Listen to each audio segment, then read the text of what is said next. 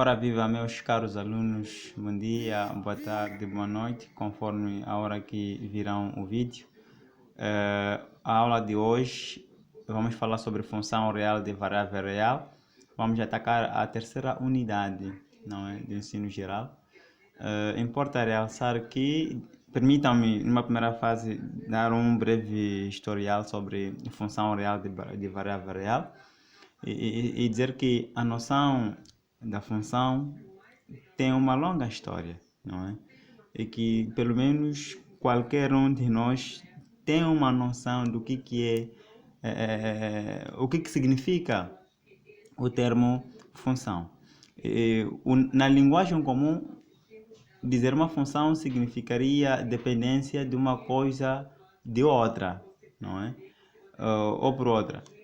Por exemplo, ter que ir à praia é algo que depende das condições climáticas. Então, contudo, em matemática, o rigor é importante para classificar as matérias. Daí que estiveram engajados no estudo das funções reais e variáveis reais três cientistas, um sueco, um alemão e outro francês, e que em 1748 esteve o matemático suíço Euler, e de seguida apareceu em 1822 o francês Fourier, e em 1888 apareceu Dedekind, o alemão. Todos esses cientistas estiveram engajados na análise dos conteúdos relacionados à função real de variável real, em que mais tarde, graças à pesquisa aprofundada destes três cientistas, tivemos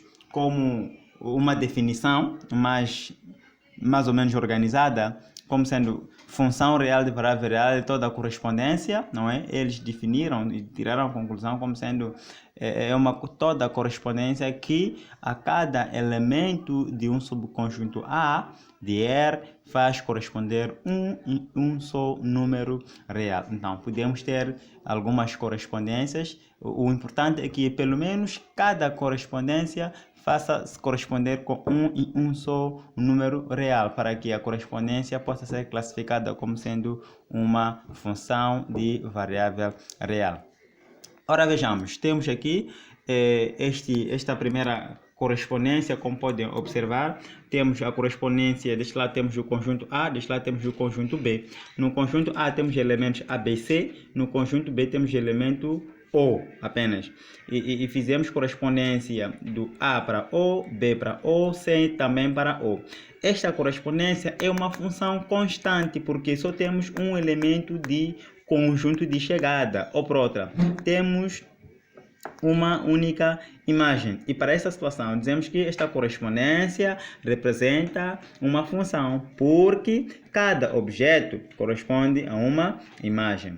Objeto que é? São elementos do conjunto de partida. Imagem o que seria? São elementos do conjunto de chegada. Ou por outra, dizer objeto, dizer imagens, é como quem diz domínio e contradomínio. Classificamos como sendo objeto elemento de domínio e como sendo imagem elementos de contradomínio.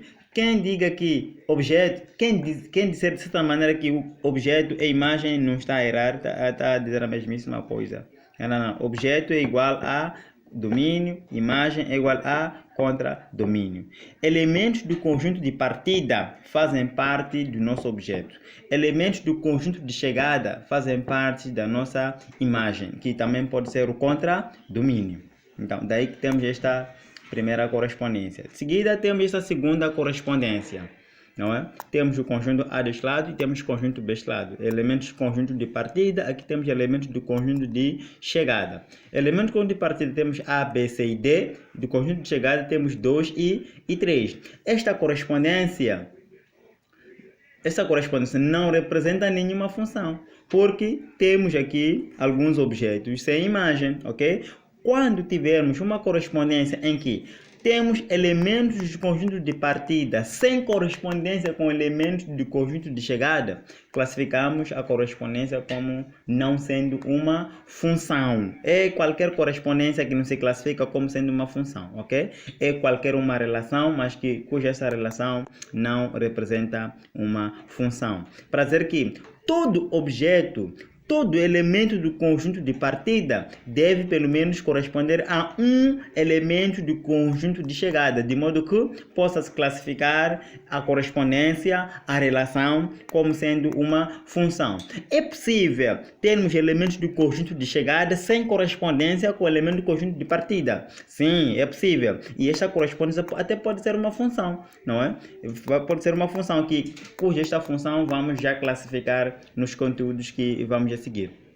Então, o que não é admissível é que tenhamos um objeto, um elemento do conjunto de partida, sem correspondência com elementos do conjunto de chegada. Se tivermos ou se nos depararmos com uma situação desta natureza, é que temos aqui um elemento, não é? Sem nenhuma correspondência, então esta relação, esta correspondência não representa nenhuma função, porque nem todos os elementos do conjunto de partida fazem-se corresponder com elementos do conjunto de chegada.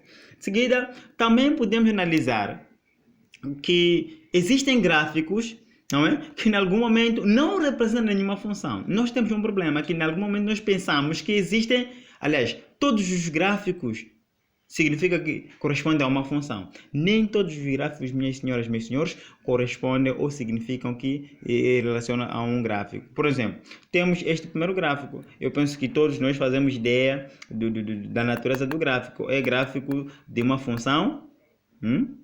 É gráfico de que função? Oh, já se esqueceu. É gráfico de uma função logarítmica, não é? Porque a inversa é que é aquela função exponencial, é aquela função... É um gráfico que faz isto, não é? Este gráfico aqui assim é da função logarítmica. Então, é um gráfico que se classifica como sendo uma função, que pelo menos temos cada elemento de objeto que se fazem corresponder com um elemento do conjunto de chegada, que é a imagem. Depois, temos este segundo gráfico. Este segundo gráfico não representa nenhuma função, bem como o terceiro gráfico também não representa nenhuma função, porque temos elementos do conjunto de partida que não se fazem corresponder com elementos do conjunto de chegada. Okay? Então, é basicamente isso. O importante aqui é que vocês devem saber que uma relação é uma função quando cada elemento do conjunto de partida faz-se corresponder com pelo menos um elemento do conjunto de chegada. Não podemos ter uma situação de elementos do conjunto de partida sem nenhuma correspondência. Se tivermos numa relação, numa correspondência, um elemento do conjunto de partida, um elemento de domínio sem contradomínio, então esta relação não corresponde nenhuma função. Isto que é importante que deve ficar nesta matéria sobre função real de variável real.